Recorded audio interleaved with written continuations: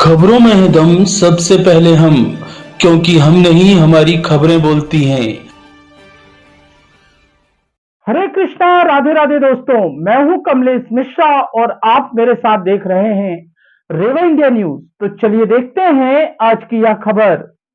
क्या लापरवाही हुई जो है, कितने दिन से बीमार थी बच्ची, कैसे ट्रीटमेंट के लिए लेट किया उन लोगों ने? बच्ची की मैं आपको बताना चाहूंगी। बच्ची मेरी छोटी बहन है। क्या हुआ था 15 अगस्त की रात में, पहले लोगों ने अच्छा एंजॉयमेंट किया, डांस वांस किया, पूरा प्रैक्टिस वगैरह किया, खूब डांस किया।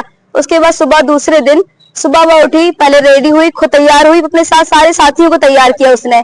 उसके बाद बकायदा डांस किया, नृत्य वगैरह किया। जैसे हुआ कि डांस वांस करके फिर तो थोड़ी देर वो आई, हॉस्टल तक पहुंची और फिर वो बेहोश होकर गिर गई। उसके बाद उसे निवास लेके आया गया। उसके साथ कुछ और बच्चे आए थे जिन्हें बीमार पड़े, जिनको बुखार भी आ गया, बुखार वगैरह बहुत फ्री हो गए। मेरी बहन को भी था। उसके साथ फिर मेरी मम्मी को इन्फॉर्म किया गया। मेरी मम्मी अस्पताल आई, तो मम्मी जब तक आई तब तक वहां पे तो 4-5 बच्चे थे, एक्चुअली और बच्चे थे। लेकिन फिर मेरी मम्मी ने उसको फटाक से लेके, क्योंकि हालत बहुत ज्यादा गंभीर होती जा रही थी, उसको मास्क वगैरह लगाया गया था, बॉटल भी चढ़ाया गया था निवास में, लेकिन उससे कुछ भी श्वास में फर्क नहीं दिखाई दे रहा था, मतलब कहीं भी आराम नहीं लग रहा था। तो हम तुरंत उसको जलपुर लेके गए और जलपुर अस्पताल में भर्ती किया गया। तो उसे तब मैं वहां पे आई थी, क्योंकि मैं बाहर पढ़ती हूँ। तब मैं आई, मैंने देखा मेरी बहन उस टाइम पे होश में नहीं थी, वो पूरी सिर्फ फुफा रही थी। उसके बाद उसकी मेडिकल जो चीज चालू हो गई, उसके साथ उसको इंजेक्शन लगाया गया, उसे वेंटिलेटर में रख दिया गया। उसके बाद वेंटिलेटर में रखा गया, उसकी जांच पड़ताल चालू होगी, डॉक्टर भी ऑपरेशन चालू कर दिया। सारी ऑपरेशन जब हुई, उसकी सीरियस जैसे धीरे धीरे धीरे धीरे धीरे धीरे उसकी तबीयत बिगड़ती गई। उस बीच सिर्फ मैं थी, मेरे मम्मी थे, मेरे पापा थे और मेरी बुआ थी। उस बीच कोई भी नहीं आया। दूसरे दिन मैंने कॉल किया उसके टीचर्स तक, तो दूसरे दिन उसके टीचर्स आए थे। तो डॉक्टर से सबसे पहले सवाल हमसे ये था कि इस बच्ची ने आखिर क्या खाया, क्या हुआ। अब हमारे पास कोई जवाब नहीं है, क्योंकि उस टाइम हम थे नहीं इसके पास में। तब हमसे डॉक्टर से हमने पूछा, तो उन्होंने कहा कि इस बच्ची ने कुछ भी नहीं खाया था, सिर्फ सिवाय रात में खाना खाया था। लेकिन जब कपड़े चेंज कराए थे, मैंने देखा था कि उसको दस्त वगैरह भी चल रहे थे, उल्टियां भी पूरे रास्ते करते आई थी वो। तो मेरी मम्मी अकेली संभाल रही थी। उस टाइम भी कोई टीचर भी इसके स्कूल से ना निवास तक आया, निवास से ना ही जबलपुर तक आया। मेरी मम्मी अकेले उसे संभालते हुए पूरे जबलपुर तक लेके आई। उसके बाद जबलपुर में भर्ती किया। उसके बाद फिर वहां पे उसका इलाज चला, लेकिन गंभीर में गंभीर उसकी सांसें धीरे धीरे, लंग्स वगैरह भी चलने बंद हो चुके थे, धीरे धीरे सारी मतलब ये की कंडीशन बिगड़ते जा रही थी। अब उस कंडीशन में आ गई तो मुझे कुछ समझ में नहीं आया। फिर मैंने प्रिंसिपल मैम, वहाँ की प्रिंसिपल मैम से बात किया, हमारे यहाँ के चैन सिंह वर्कर से बात किया, जैसे नहीं चैन सिंह से बात किया।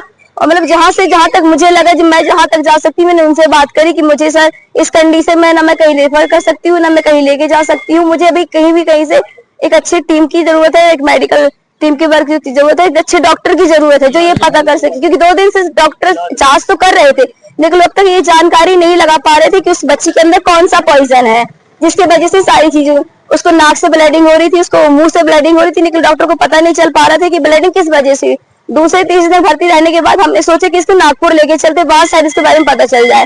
जब हम इसे नागपुर लेके जा रहे थे, तो उस बीच क्या हुआ कि हमने 108 एम्बुलेंस भी तैयार कर रखा था, हमने सब कुछ बुकिंग कर लिया था, बस जाने के लिए लेके ही जा रहे थे। क्या हुआ कि उसको रेफर करते टाइम, नीचे ले जाते थे, चेंज करते टाइम उसकी धीरे धीरे लंग्स एकदम सांसें रुक गई। तो हम प्रॉब्लम आ गई, तो हमने दोबारा उसे मतलब पंप किया। उसके बाद चीजें चालू की। तो फिर ये था हमारी कंडीशन, मतलब ये थी कि ना हम उसको दूसरे अस्पताल रेफर कर सकते थे, ना उसे नागपुर ले जा सकते थे। हमारे पास टाइम इतना कम था, हम उसे वहीं कहीं से हटा नहीं सकते थे। तो मतलब इस कंडीशन में मुझे सिर्फ इतनी जरूरत है कि मेरे पास कोई अच्छे डॉक्टर्स आ जाए, कोई अच्छी चीज है, कम से कम हम ये पता कर सके कि इस बच्ची को क्या है, हम किस तरीके से हेल्प कर सके। उस टाइम कोई कुछ नहीं आया। उसके बाद फिर दूसरे दिन भी हमने इंतजार किया, सारी चीजें चलती रही, दूसरे दिन तक भी। फिर जब कंडीशन हमारे हाथ से बाहर जा चुकी थी, सारी चीजें नहीं हो चुकी थी, तो फिर मैंने हमारे मम्मी पापा ने अपने रिस्क में उठा, क्योंकि डॉक्टर ने साफ हाथ खड़े कर चुके थे कि हमारे पास तो कोई रिस्पॉन्स नहीं, किस बच्ची को हुआ क्या है। तब हमने अपने रिस्क में जैसे तैसे एम्बुलेंस लाया, दोबारा बुक किया, दोबारा चीजें की। उसके बाद हम सीधे नागपुर लेके गए। नागपुर लेके जाके पता चला कि इस बच्ची को नागपुर जाने के पहले 4 बजे इस बच्ची का सीटी स्कैन हुआ, जिसमें पता चला, सिर का स्कैन हुआ था, जिसमें पता चला उस बच्चे को अंदर अंदरूनी चोट आई थी, जिसके वजह से खून पूरे ब्रेन में फैल चुका था। वो कुछ थक्के बन चुके थे, क्योंकि इसमें लेट हो चुका था, कुछ थक्के बन चुके थे, कुछ नाक के जरिए बाहर थे, कुछ मुंह के जरिए जो ब्लड बाहर निकला था उसी की वजह से निकल रहा था। इसी वजह से बच्ची ज्यादा परेशान हो चुकी थी। और ये नहीं, इस वजह से ये प्रॉब्लम हो चुकी है। बहुत बाद में हमें पता चला जब हमें ये सिटी स्कैन कराया गया, मतलब 2-4 दिन से बच्ची वैसी भर्ती, हमें भी नहीं पता, ना डॉक्टर के पास कोई जवाब था। इसलिए मैं चाहती थी कि मुझे कोई और डॉक्टर मिले ताकि इसका भी मुझसे पता चल सके कि अच्छी वजह क्या है। फिर हम नागपुर लेके गए से रात में 7 समथिंग बजे निकल गए थे।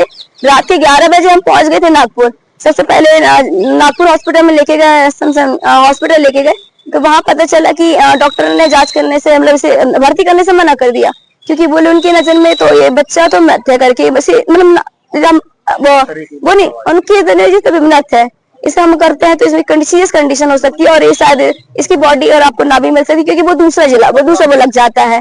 फिर हम उसको तुरंत दूसरे हॉस्पिटल में लेके गए, तो दूसरे हॉस्पिटल में डॉक्टर आए, उन्होंने बड़े अच्छे से उसको पहले उसमें चेक किया, उससे फिर हमको सामने बैठाला। उन्होंने क्या किया कि जो बच्चे का मास्क है जिसमें से ऑक्सीजन आता है उसको निकाल दिया, सारी चीजें निकाल दी हमारे सामने, बच्ची ब्लैंक हो गई।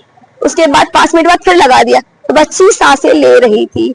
तो डॉक्टर ने कहा कि आपके साथ ये हुआ है, बच्ची का दिल धड़कना तो पहले ही बंद हो चुका है, आपको ये सब, आपको सिर्फ ये बाद में अफवाह में रखा गया है कि बच्ची जिंदा या फिर उसकी सांसें थोड़ी थोड़ी चांसेस है। हम इस उम्मीद में थे कि हमसे कोई चीजें वो ना हो, हमारे साथ ये हुआ। न कोई हमारे इस बीच में न प्रशासन हमारे साथ थी, न कोई हमारे साथ था, न अच्छा डॉक्टर हमारे साथ था।